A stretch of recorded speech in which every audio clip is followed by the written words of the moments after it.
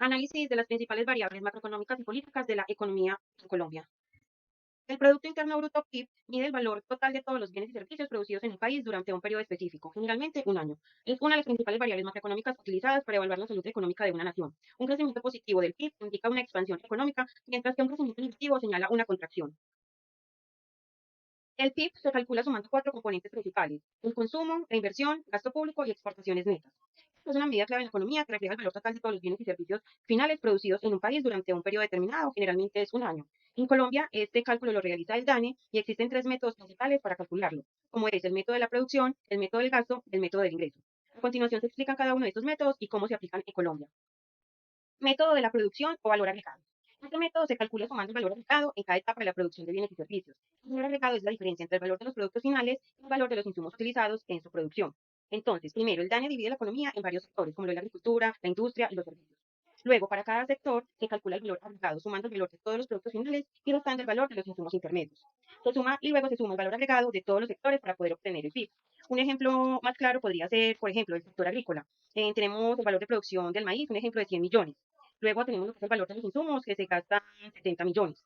¿Ya? Entonces, esta diferencia nos dice que el valor agregado del sector agrícola es de 30 millones de pesos. Este mismo proceso se repite con cada uno de los sectores y luego se suma, esos valores finales se suman para obtener el PIB.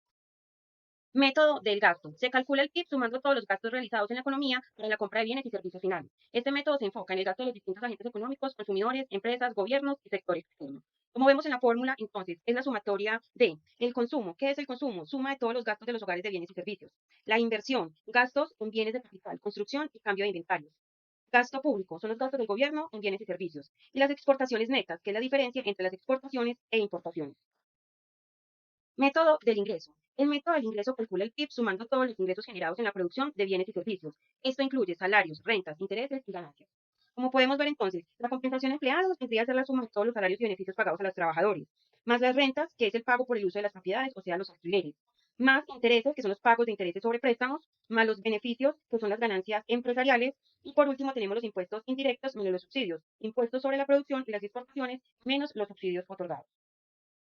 Crecimiento del PIB se da en cuatro factores específicamente. Número uno, crecimiento por aumento del consumo. Cuando los hogares tienen más ingresos disponibles, tienden a gastar más en bienes y servicios. Por ejemplo, en Colombia, una reducción en el desempleo puede aumentar el consumo, impulsando el PIB.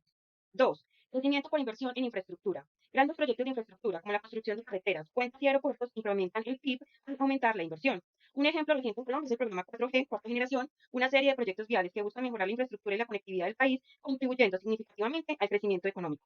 3. Crecimiento por aumento del gasto público.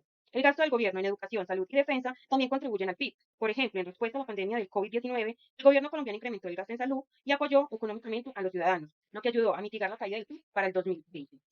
Cuarto, crecimiento por exportaciones. Un aumento en las exportaciones mejora el PIB. Colombia, siendo un exportador de petróleo, café y flores, puede ver un crecimiento económico significativo cuando los precios internacionales de estos productos suben. Por ejemplo, el auge de los precios del petróleo en 2018 impulsó las exportaciones colombianas y contribuyó positivamente al PIB. Bien, ahora vamos a hablar de otra variable macroeconómica muy importante que es la inflación. La inflación es la tasa a la cual aumentan los precios de los bienes y servicios en una economía durante un periodo determinado. En Colombia la inflación es medida y reportada por el DANE, Departamento Administrativo Nacional de Estadística, utilizando el índice de precios al consumidor IPC. Primero vamos a explicar entonces qué es el IPC. El índice de precios al consumidor es una medida que refleja la variación promedio de los precios de una canasta de bienes y servicios representativa del consumo de los hogares. En Colombia, este cálculo también lo realiza el DANE y es utilizado para medir la inflación y ajustar salarios, pensiones y contratos. El cálculo del IPC se realiza tomando una muestra de precios de una variedad de bienes y servicios de consumo básicos, agrupándolos en categorías tales como la alimentación, vivienda, transporte, salud, educación, entre otros, y cada categoría tiene un peso específico en el índice, basado en la proporción del gasto total que representa para el hogar promedio.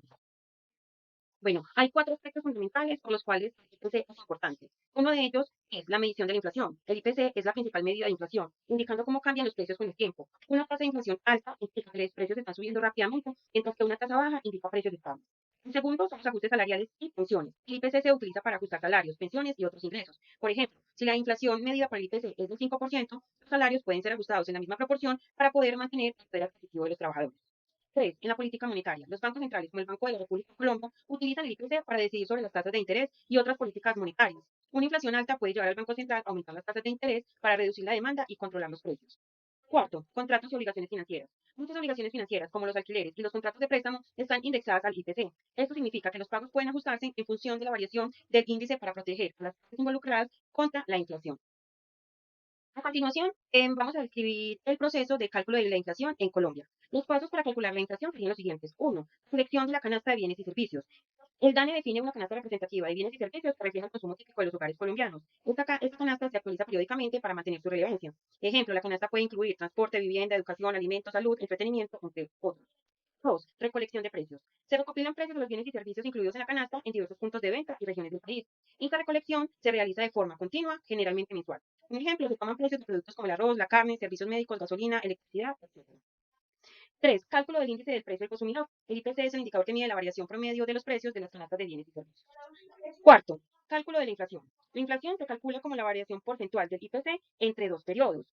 En este caso, la fórmula de la inflación vendría siendo entonces el índice de precios del consumidor del periodo actual menos el índice de precios al consumidor del periodo anterior. Todo esto lo dividimos en el índice de precios al consumidor del periodo anterior y lo multiplicamos por 100, teniendo entonces como tal una cifra porcentual. Los factores que afectan la inflación serían, uno, la demanda agregada. Un aumento en la demanda de bienes y servicios puede llevar a un aumento en los precios si la oferta no puede ajustarse rápidamente. Ejemplo, durante un periodo de fuerte crecimiento económico, el aumento en el consumo y la inversión pueden presionar los precios al alza. 2. Costos de producción. Aumentos en los costos de producción, como salarios y precios de materias primas, pueden trasladarse a los precios finales de los productos. Un ejemplo, un aumento en el precio del petróleo puede incrementar los costos de transporte y producción, resultando en precios más altos para los consumidores.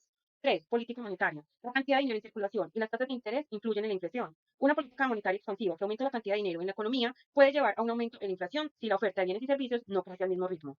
4. Expectativas inflacionarias. Las expectativas de los consumidores y las empresas sobre la inflación futura pueden influir en el comportamiento de los precios y de los salarios. Ejemplo, si se espera que la inflación aumente, los trabajadores pueden demandar salarios más altos y las empresas pueden ajustar sus precios anticipadamente. Este cálculo en Colombia se realiza a través de la medición del IPC, que refleja las variaciones en los precios de las canastas de bienes y servicios representativos para el consumo de los hogares, y es crucial para ajustar las políticas económicas, salarios y contratos para analizar la salud económica del país. Tenemos cuatro tipos de inflación. Inflación moderada, aumento lento y predecible de los precios. Inflación galopante, que es el aumento rápido y descontrolado de los precios. Hiperinflación, aumento extremadamente rápido de los precios. Y la deflación, que es el descenso generalizado y sostenido de los precios. El impacto en la inflación se puede manifestar en el poder adquisitivo, donde la inflación erosiona el poder adquisitivo del dinero. En ahorro e inversiones, la inflación afecta los ahorros, especialmente si las tasas de intereses bancarios son menores que la tasa de inflación. Costos de menú y cambios. Las empresas enfrentan costos adicionales al tener que actualizar continuamente los precios de sus productos. Para realizar el control de la inflación, entonces tenemos las políticas económicas, que vendría siendo la política monetaria. El Banco Central ajusta las tasas para poder controlar la inflación. La política fiscal, donde el gobierno puede reducir el gasto público, aumentar los impuestos para disminuir la demanda agregada. Y 3, tener medidas regulatorias. Implementación de controles de precios y salarios para evitar aumentos excesivos.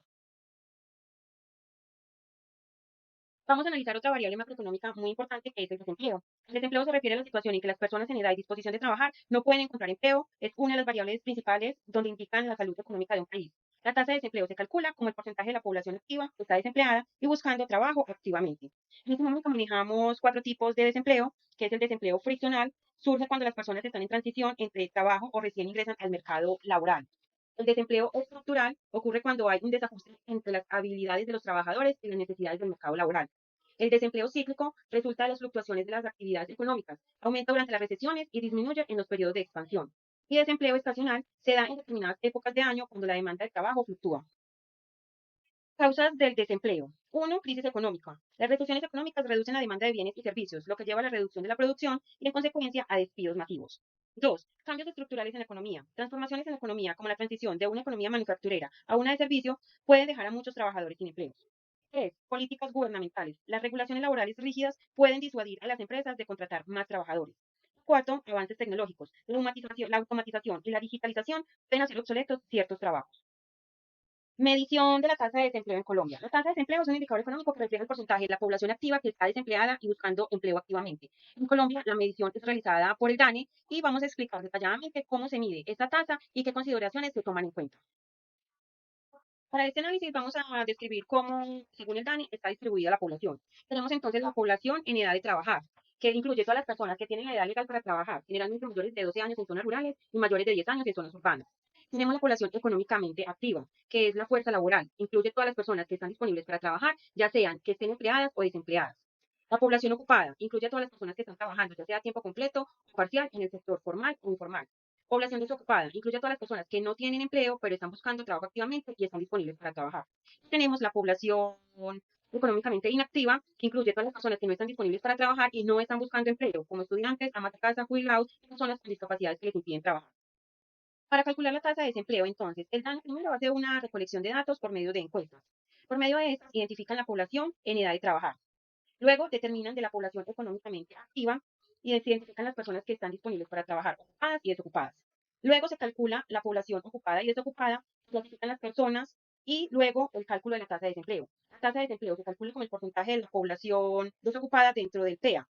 Y la fórmula vendría siendo la siguiente: población desocupada sobre la población económicamente activa por 100, y eso entonces nos daría una cifra porcentual de desempleo.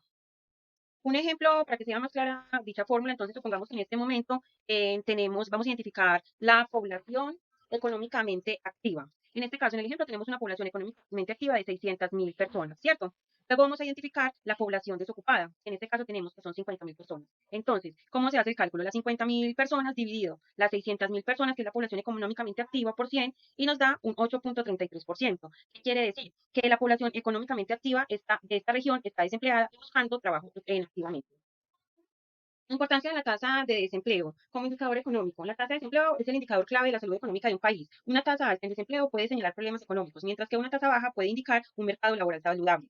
Política pública. La tasa de desempleo es utilizada por el gobierno para diseñar y evaluar políticas públicas relacionadas con el empleo, la educación y la formación profesional. Análisis social. La tasa de desempleo también tiene implicaciones sociales, ya que el desempleo prolongado puede llevar a problemas como la pobreza, la desigualdad y la exclusión social.